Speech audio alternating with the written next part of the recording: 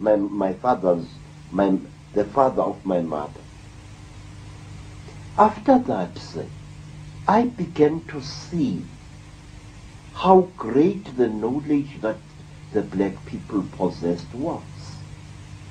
I began to see that the missionaries were actually deceiving us, that they were teaching us lies at school about our people. And then one day I got into serious trouble. I was now a budding artist, painting pictures for the mission school. And I made the mistake of portraying the Virgin Mary as a Zulu woman based upon my mother's face. And I portrayed Jesus Christ as a Zulu boy. And for that, I was caned and expelled from school. The reason I was not caned, sir, by the white missionary only. I was caned also by the black teachers who accused me of having insulted Jesus Christ by painting him as a black. So you can see, sir, the stark mental confusion into which our people had been plunged.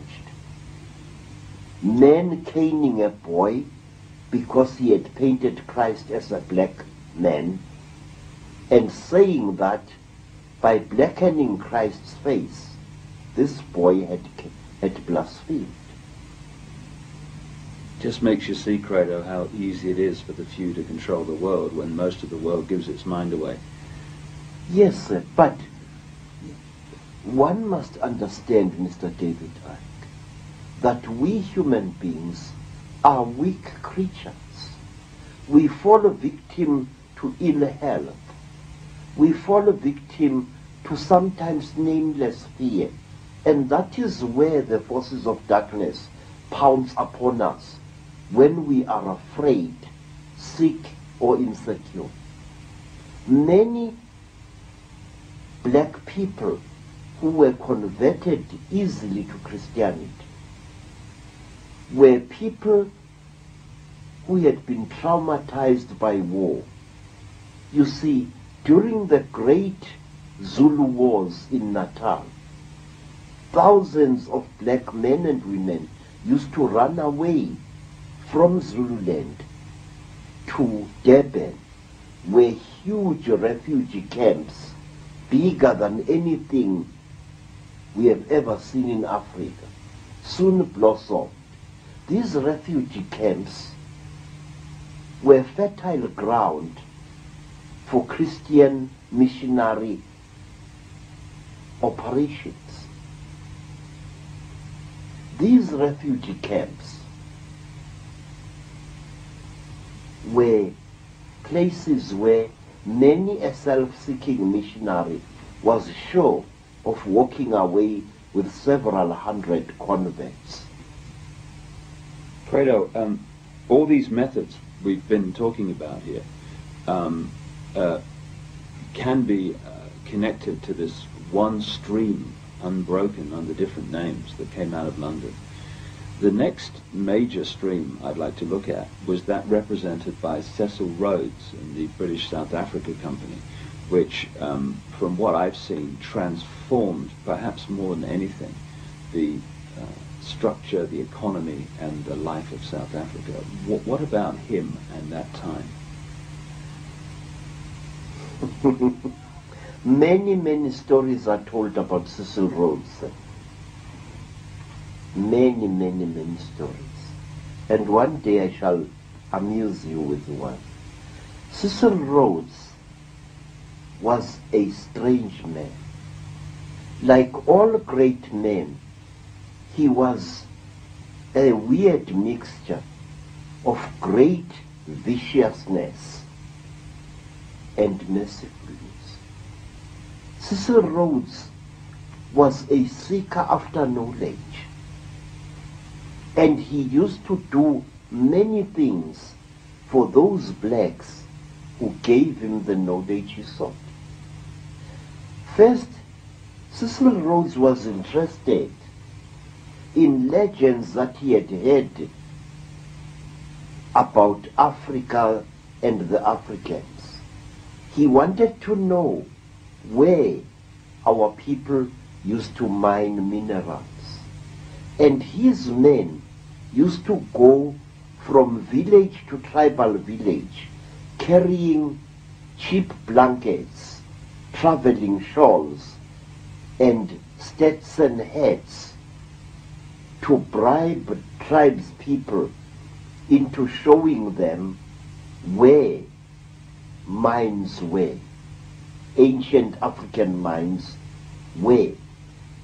In fact, I can tell you, sir, that many of the mineral deposits that are in South Africa, from the diamonds of Kimberley in the Cape, to the coal fields of Natal, to the gold mines of the Witwatersrand and of the land now known as Zimbabwe.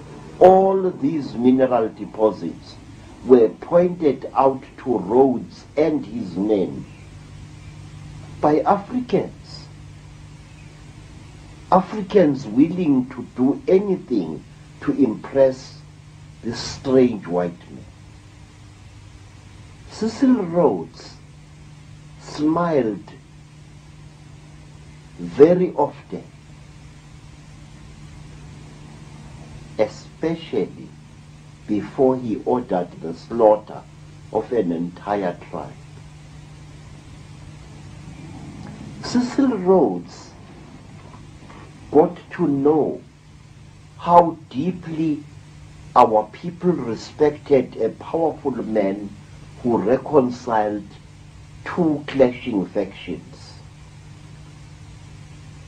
And one amazing thing, sir, when confronted by black people who were asking him pointed questions, Cecil Rhodes used to deny that he was the leader of the white people, for example, in Rhodesia.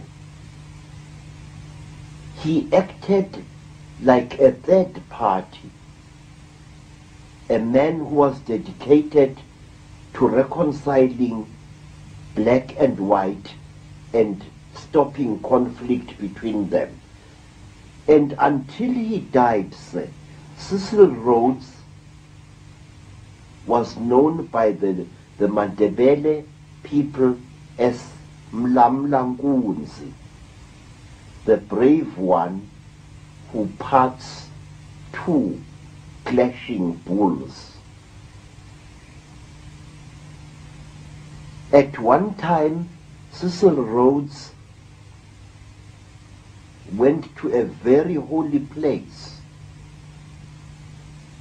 and a group of hills called Itiba-ra, and there, under a tree whose remains can still be seen, Cecil Rhodes sat with a group of Matebele elders and actually persuaded them to stop